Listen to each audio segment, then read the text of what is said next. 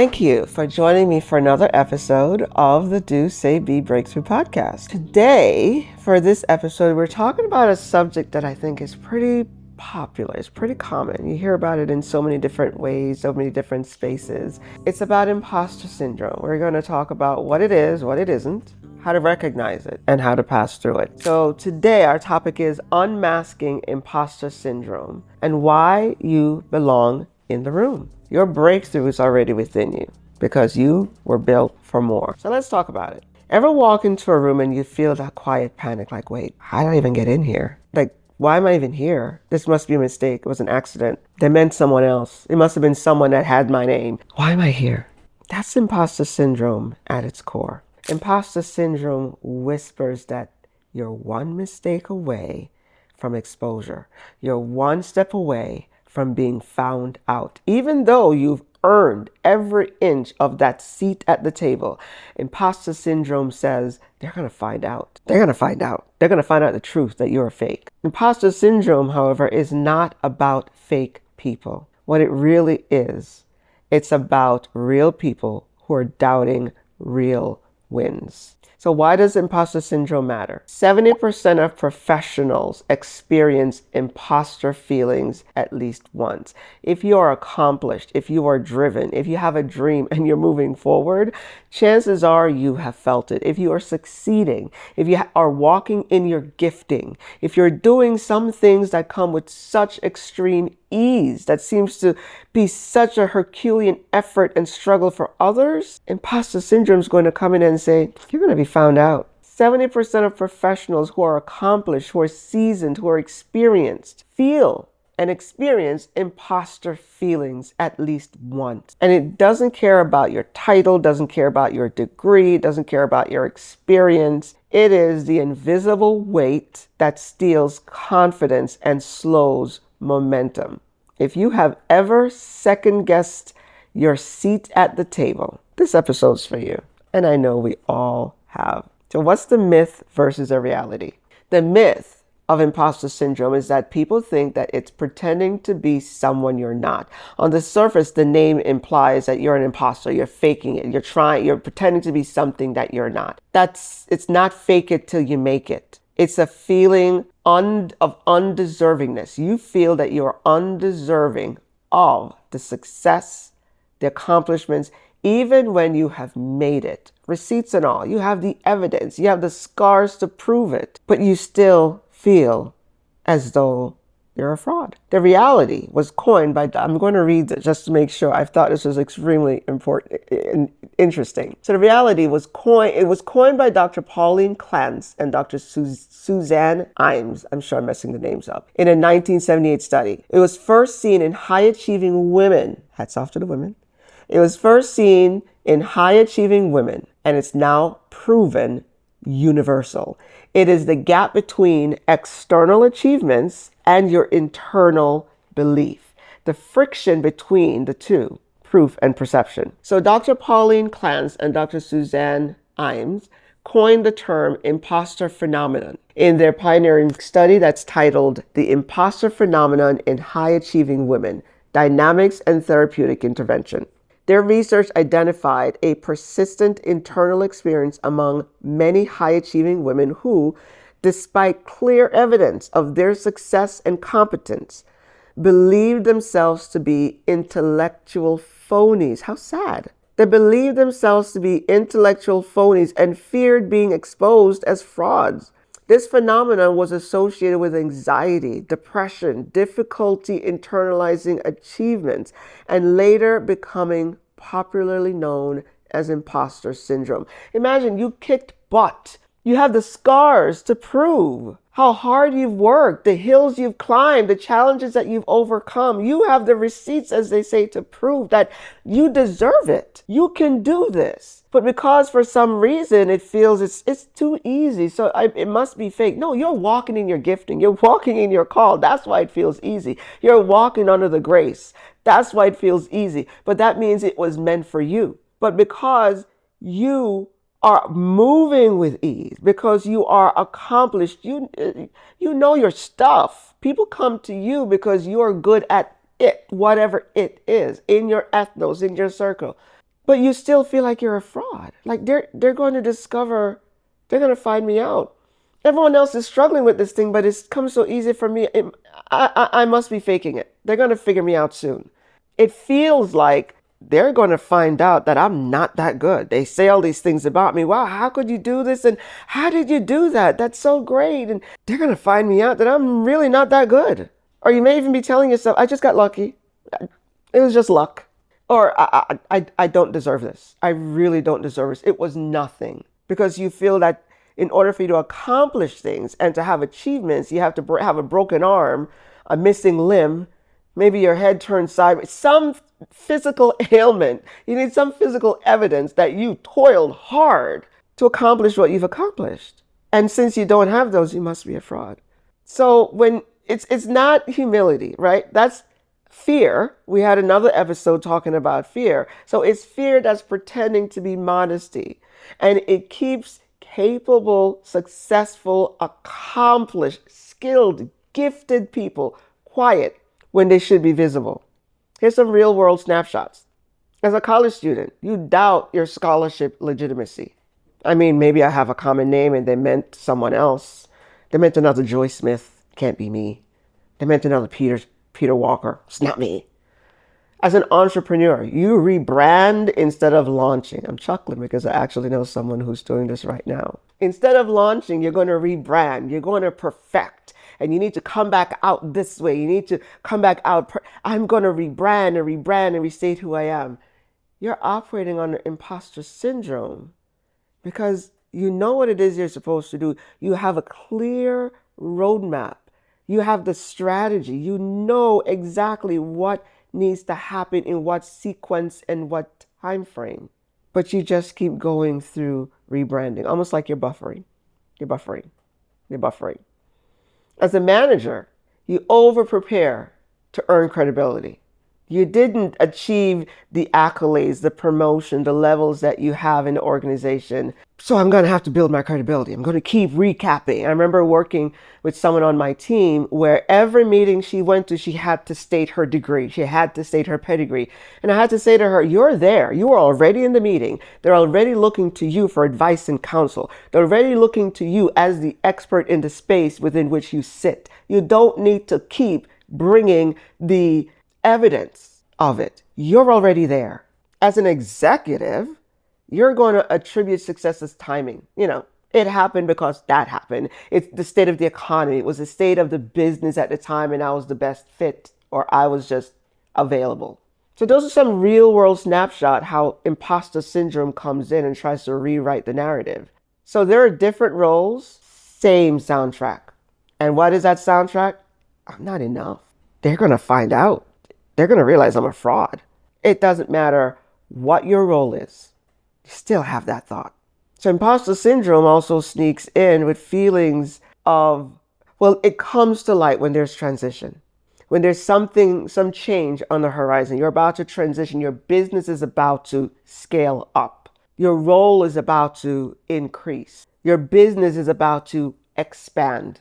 You have higher stakes. You have more eyes on you now. And so doubt is going to peek in, and it's going to be at the edges of that growth. Your body is then going to mistake the newness for danger. Remember, fight or flight. And so that flutter that you feel in your chest, instead of labeling it as excited anticipation, you label it as, okay, that's the feeling of realization that I'm faking it. It's not real. It's all a show. But that means expansion is about to happen. Because you are walking in your gift, you're walking in your calling, you're walking in your purpose. The 5 faces of imposter syndrome. Let's see if you can find yourself in any of these faces. I already know what faces I find myself in. Perfectionist. Never enough. This is never good enough. This is not good enough. I need to do more. I need to do extra. I need to do it that way. You strive for perfection. And also as a soloist, I'm okay. I don't need any help. I've got this. I'm good. Thank you. I'm all right. I'm don't worry about it. I've got all I need. I don't need help, because guess what? If I ask for help, it means that I'm weak, and therefore I'm going to be found out as a fraud. So far from the truth. Another phase of imposter syndrome, the expert. So you're going to collect credentials, not confidence. So you'll find this in what I would call a professional student. There are individuals, God love them, who love school and loves the degrees, and they ultimately put it to use for greater good of others. But then there's some who just feel like, wait, I can't launch that endeavor until I get this certification, until I get that degree, until I get this. And you keep compounding, adding all these different credentials to prove your worth. Imposter syndrome. You've got the neutral genius who, it's too hard. If it's this hard, it wasn't meant to be. So I'm just going to quit. I'm just going to quit. I'm going to give up. If it were meant to be, it would be easy, right? Because everything in life is easy, right? But then you also have imposter syndrome showing up as the superhero who tries to win everywhere. You have to win at everything. You have to be everywhere at all times. Again, it's a different costume. It's a different look. It's the same core. The fear of being seen as less, the fear of not being enough. So you actually fall into this vicious loop. You have doubt. The doubt that you accomplished what you did. You overwork to try and validate to yourself that you deserve your accomplishments. So while you're overworking, now you're not wasting time. You are actually doing critical work. And so you are again progressing and you are moving forward and you're achieving that success. And you start getting the compliments and the recognition, the accolades for the success. And you start dismissing the success and you start denying the success. Oh, I got lucky. Oh, it's nothing. It was nothing. And you restart the whole cycle again. So you have a new challenge and you have everything you need to face the challenge, but then you doubt and you start doing the extra work to prove to yourself that maybe I can do it this time. I could do this challenge. And you, guess what? You do the challenge. You accomplish the challenge. You succeed and you get the accolades. And then you say, that was too easy. And that they're going to find out that was too easy. That can't be real success. You cannot outperform this loop. You have to interrupt the loop with awareness. Be aware of where you are on the loop and disrupt it.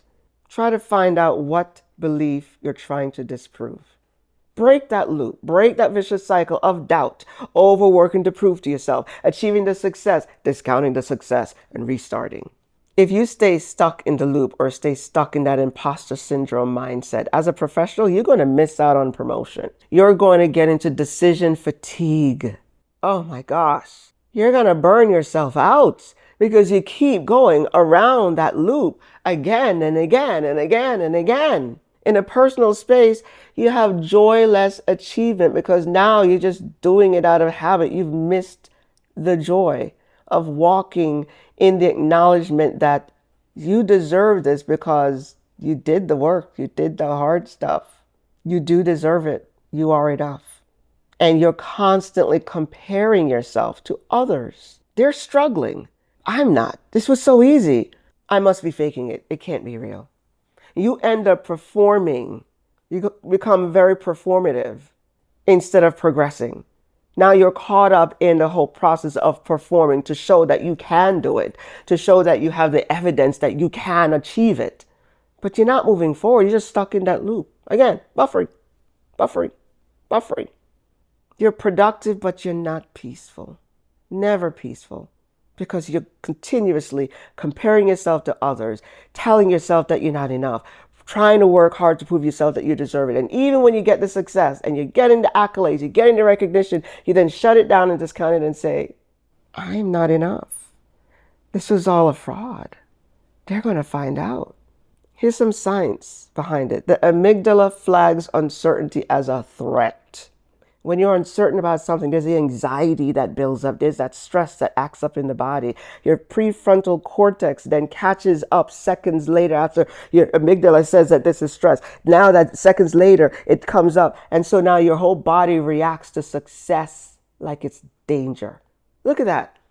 You worked hard. You have the accomplishment. You achieved what you set your mind to achieve. And then you get into that vicious loop, discounting yourself, and now your body falls right into it and starts reacting as though it's a threat. Sadly, I truly believe many of the sicknesses that I will say, experience, it's all in the mind. And it starts with the negative thoughts, the false narrative that we tell ourselves because we don't allow ourselves to accept and acknowledge our growth, our accomplishments, our achievements. So here again, you put yourself in a stress mode and your body naturally reacts when it's stressed to think it's danger. What do you think happens when the body thinks that it's in danger? Fight or flight? Fear is not failure. It's physiology that's adjusting to growth. So that's where you need to catch it in the moment. Look at the receipts. Don't compare yourself to others. You have different gifts and skills and abilities that you are walking in. You cannot walk the walk or the path of someone else. They have the tools that they need to succeed. You have the tools that you need. They cannot run your race. You can't run theirs. You will not succeed in theirs. They will not succeed in yours. And so if you're achieving great success, you have great accomplishments, embrace it, own it. You did it. You deserve the appreciation of your contributions. You deserve the recognition. So don't discount it and call yourself a fraud. If it's easy for you and it's not easy for others, the grace may be resting on you. It may be your calling. It may be your gifting. It may be a certain special ability that only you have because that's what you were made for. Imposter syndrome starts where environments praise was rare. Let me re-say that. Environments where praise was rare is where imposter syndrome sets in. That's where it starts. When you are in families that equate worth with performance, you get into that performative mode and you can never arrive. You will never succeed because you're always trying to outperform and catch up on yourself and you're never enough. And so whenever you do achieve something, vicious loop, you're not enough. It's not good enough. You're a fraud. It also starts in cultures that reward exhaustion over balance. I think it's one of the Asian cultures, I want to say it's maybe Japan, where for a period of time, these men that worked feverishly would just, instead of retiring, would just literally drop dead because they worked themselves to exhaustion. There was no balance. There was recognition for working yourself to exhaustion. Bring it here into North America. If your work schedule is 9 to 5, I'm getting in at 8, I'm leaving at 9 at night. Yes. Maybe it just means that you're inefficient. Maybe it means you need a better schedule. Maybe you're not working smart. You're working too hard. But for some, to them, that's a nod that you are successful. And so you work yourself into sickness instead of just acknowledging that you are successful. Because guess what? You got the job. That means you were successful. You're doing the work. You're successful. They're inviting you to different spaces. You're already where you are, excuse me, you already have what you need to be where you are. In adults, we confuse being tired with being talented.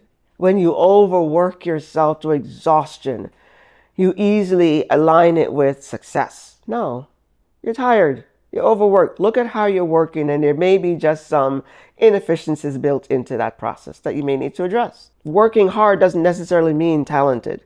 If you're already in the role, already have the achievements, you are enough. So there's a self-concept gap, right? Your external success outruns your internal story. So you are so stuck telling yourself all the reasons why you shouldn't have what you have, all the reasons why you shouldn't be in the space that you're in, all the reasons why you shouldn't get that promotion. Whereas the external success is already happening and visible by all. You are ready, but you feel like you're a beginner. You're already well down the path, but you feel like you're just starting. That bridged the gap, and it starts to re-narrating who you already are. You need to make that shift, bridge that gap. You are already. You have become. You are becoming. Bridge that gap. There's some early cues for imposter syndrome. Let me know if you see yourself in any of this. You over-apologize excessively. I'm sorry. It's like I'm sorry has become like breathing. Inhale, apologize. Exhale, apologize. Inhale, apologize. Exhale, apologize. I'm sorry. Someone says, and I'm a little guilty of this.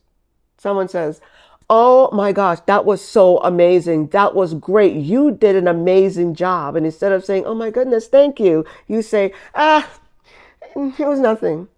There's nothing. Oh, yeah. And you want to change the subject too. Another early cue, you rehearse instead of rest. You're going to rehearse ad nauseum. You're going to do it again and again. There's nothing wrong with rehearsing so that you hone your craft. Don't get me wrong. You do want to hone your craft. If you're speaking, you do want to rehearse that to ensure you are speaking the requisite pertinent points. Okay. But it's when you just get in that pattern of behavior where you rehearse before you just step forward and do the thing. You're rehearsing so that you're hoping people will see that you're preparing and you're not faking it. You praise others, but you can't receive the same praise back. You're free with giving the praise. You're free with recognizing others. You might even get annoyed when they, discount your praise, but then you turn around and do the same. You discount theirs. When that pattern appears, doubt is in the driver's seat. Doubt is what's feeding the imposter syndrome.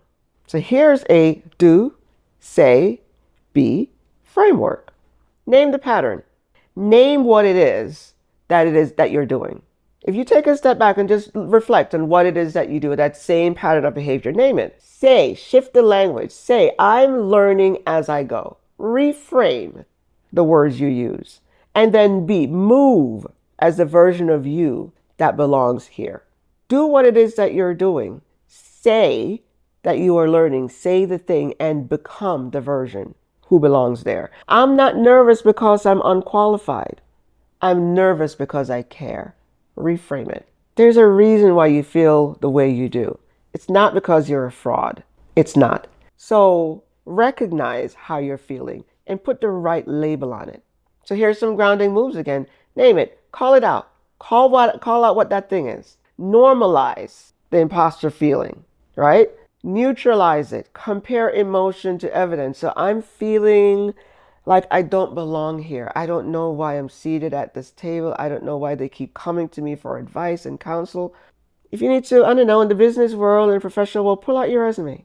Were you in that job for those years? Did you get that degree? Did you get that certification? If you're in the business world, did you start this business? Are these your customers? Did you make these impacts in people's lives? Nurture the things that you've accomplished. So when you're feeling a certain way in certain environments, stop and do the self-analysis of what is it teaching me? What is this feeling that I'm feeling? It's not fear.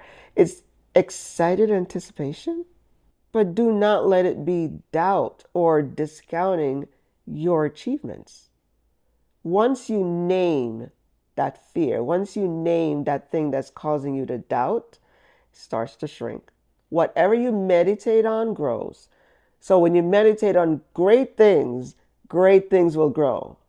When you meditate on bad things, otherwise called worry, when you worry, the thing you worry about grows, multiplies, develops. So stop feeding that beast of doubt, that beast of not belonging, that beast of not enough. What you do not feed cannot grow. Focus on your growth. Focus on your accomplishments because you deserve where you are.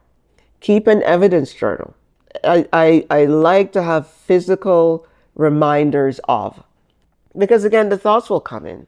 The enemy will come with his thoughts and will say, oh, this was all a fluke. This can't happen. And I like to have the visual reminders of, you know what? I remember when that thing was no more. I remember when that thing didn't exist. I remember when that thing arrived. I remember when that thing was created. Keep that visual reminder. Keep that evidence. Write it down. Or if it is a physical thing that reminds you of that event, have that so you can reflect on it, those moments when you feel weak. Document your wins. Document the impact that you've had, impacts that you've had, because you've impacted more people and in more ways than you can remember. Document your growth because you're not stagnant. You have continued to move throughout life. Document it. When your brain deletes proof faster than failure, you're going to need that journal to remind you and to replace what's been deleted. Revisit those receipts from time to time and let those facts steady you when those negative feelings, when those feelings of doubt surge in. And I've said this in another video, so I'll say it here again. Find your mirror circle and ask, what do you see in me that I minimize? You may not be able to see your capabilities. You may not be able to see your gifts. You may not be able to see the abilities that you have or that you carry or that you walk in, but others around you do. So borrow theirs. Borrow their belief. Ask them, what is it that you're seeing? How do you see me? Because this is how I see myself. How do you see me? And borrow their beliefs. Focus on what it is that they're saying that is counter to what you say about yourself. Borrow that. Feed that. Let that grow so it can begin to change your mindset. Sometimes you need to borrow their beliefs until yours regrows. Maybe yours died. Maybe yours is just on pause. Your borrowing their beliefs, though, is not a weakness. It's called wisdom in community. We've talked about how it takes a village to raise a child. Guess what? It takes a village to keep us sane. It takes a village to keep us whole. You cannot navigate this world on your own. You may try to isolate. That's the worst thing you can do, because that's when the thoughts come even heavier. That's when the enemy comes even harder. You cannot handle that on your own. And there's some times when you are just worn from fighting alone. When you have a community that's fighting with you, that helps. That's not weakness, that's wisdom. Here's a breakthrough shift. If you're a student, remember, you earned that seat. No one came to you and said, I'm going to give you this seat for $5. I'm going to give you this seat if you do this. You earned it. You had sat through those tests. God love you. As an entrepreneur, your progress is greater than perfection. If you sat and waited for perfection, you would never move. But you've grown. And sometimes that grown came as a result of a failure. But guess what? You pivoted. You learned from the failure. You learned how to adjust to the unexpected. And growth was the end result. As a leader, discomfort equals data. So what caused the discomfort? What caused the disruption? What was this thing? And then take from that to adjust, modify, and enhance. As an executive, confidence plus humility, it can exist. As an executive, you do not have to be hardball to be the boss. You can actually have some humility. Because if you have the right team below you to take care of your customers, you can then focus on growing your customer base, growing your business, expanding. So you can be humble and confident. Confidence is not arrogance. Confidence is accuracy. But confidence is a fine line that you need to walk with care. So, imposter syndrome. Did you see yourself in that? Do you recognize that you walk in imposter syndrome? Hopefully this has been helpful in helping you recognize, oh my goodness, I thought I was just being careful. Oh my goodness, I thought I was being planful. I know. I'm guilty of it too. So just in summation, you are not behind. You're being refined. You're not lucky. This didn't just happen to you. You are learning. And you are not an imposter. You are expanding. So stand tall, speak true, lead boldly. Your breakthrough is already within you. You were built for more. You were built for here, and you were built for now. You are enough. You are more than enough.